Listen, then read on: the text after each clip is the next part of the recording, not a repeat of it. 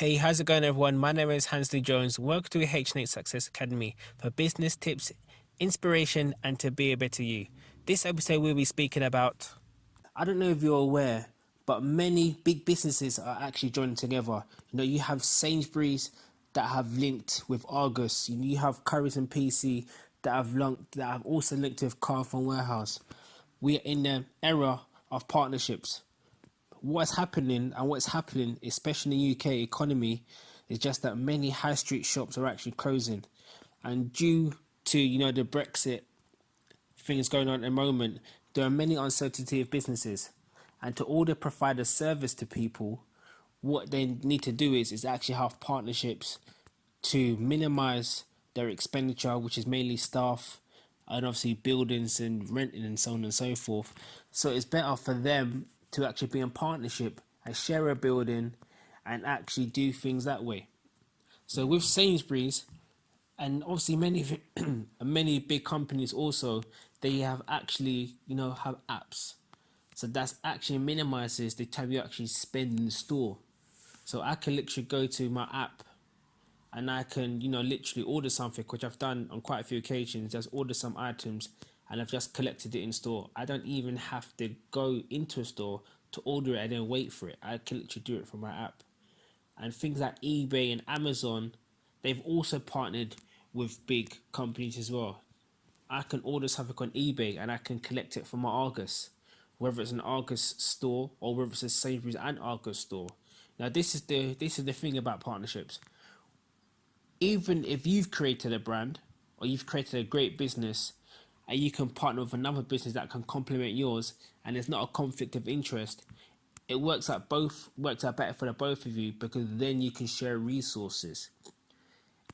Simple resources such as a building, and even in some cases, some instances, you can even share staff depending on the type of business model you have. But more importantly, when it comes to partnerships, a problem shared is a problem halved. So meaning that if you've got something that I need, I can use my resources, I can use my people or my skills with my company in order to better yours, just like, and so on and so forth. So you can actually work out. But at the same time, with partnerships, especially for big businesses, the people that mainly lose out is sometimes the employees. So there's no reason why you can't set up a business and you can be in partnership with someone. So myself, I'm a business person. I'm always looking to partner with people who also have an interest in business, no matter what they do. If I have credentials, or if I have contacts within a certain area, or I have contacts within a certain industry. For example, I'm not a music person, but I know many DJs personally that have great contacts to artists. Now, if I wanted to get myself in the music industry, I could literally say, listen, look, I know X amount of DJs. Here's a party, or here's an artist. I can link you guys together. Do you need some radio time for artists? So with the contacts I have, I can literally move myself around and be in different places and be in different industries just from the people I know. And if all goes well, we could form a great partnership. That's an example for myself. And even still, when I did run my bouncy castle business, I was actually working alongside other people in order for me to provide a service. So I had to partner with people and work with other businesses and using other skills. So I'm not a dancer. I can't dance. But my cousin, however, can sing a dance. So I had a dance pack. So I had a dance package, whereas the kids can actually do some street dance alongside the bouncy castle and the drinks I was also providing. Another service I also provided was face painting and a magic show. So they get a face painting, do a magic show, and then jump on the bouncy castle. Or sometimes the bouncy castle, some people didn't even want a bouncy castle. They just wanted face painting and a magic show, which means I had to partner with different people and use different people to do these things. There's no point of me learning something if I know someone can do it better. And this is why I explained on a different episode regarding, I'm jack of all trades and a master of none. Whereas myself, I see myself as the master of one or two, but I can also do other things. My specialism is in sports coaching. I absolutely love sports coaching. That's my passion. You know, obviously I get paid to do it because I've been doing it for a long time. But when I first started out, I actually did it for free. And even now, I will still do it for free in certain situations to help me move forward. But even then, I'd have to partner with someone and liaise with someone in order for me to do that. So, whatever you are doing, build a partnership or have a partnership if possible to move forward. But at the same time, when you do have a partnership with someone, depending on the type of business you have, I would highly suggest in writing a contract down and moving forward, just because you can do something and the person you work with can actually just take all the profits or not be very legitimate, and they might just use you for what you have rather than give you their resources. So you have to make sure when building a partnership with someone, you have to ensure that you have both have the right intentions and you can both complement each other. Because there's no point someone having all the resources and you have nothing to bring to the table. This is why we have partnerships. It's important to build a brand, and it's important to have some marketing experience or have a great understanding in marketing in order for you to be valuable to the partner you're looking to work with. Because I believe in order to work with someone of a high caliber, you also have to be a high caliber also.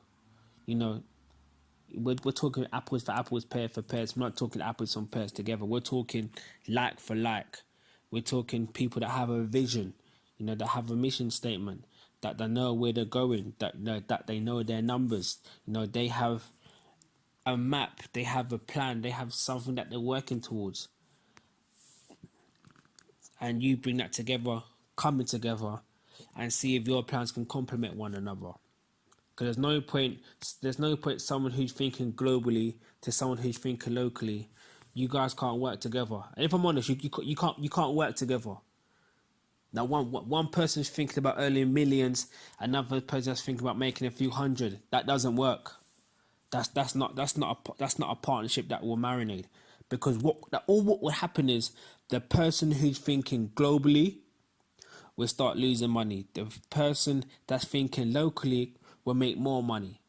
And what happens, the roles will start to reverse, because that's what happens. As you'll both be learning from one another, you'll be taking each other's traits. And this is why in order to get better at something, not only do you have to move with people that have a higher caliber than you, but at the same time, you have to be not too far behind. So, if we have someone who's thinking globally, and you have someone who's thinking nationally, now they're not too far apart. The partnership can work, because the person who's thinking nationally wants to go global, but the person who's already global may need to understand things on the national scale to then go global in different areas. That can work. That can work, because the person who's thinking nationally, they're looking to make obviously hundreds of thousands. The person looking to be global, you know, they're probably already making 100,000, not towards that, and looking at millions. So they're not too far in different brackets, and those can actually come together and do some phenomenal things because they're on the same wavelength. Partnerships is the way forward. I would highly recommend partnerships, especially in this economic climate. Partnerships is a must.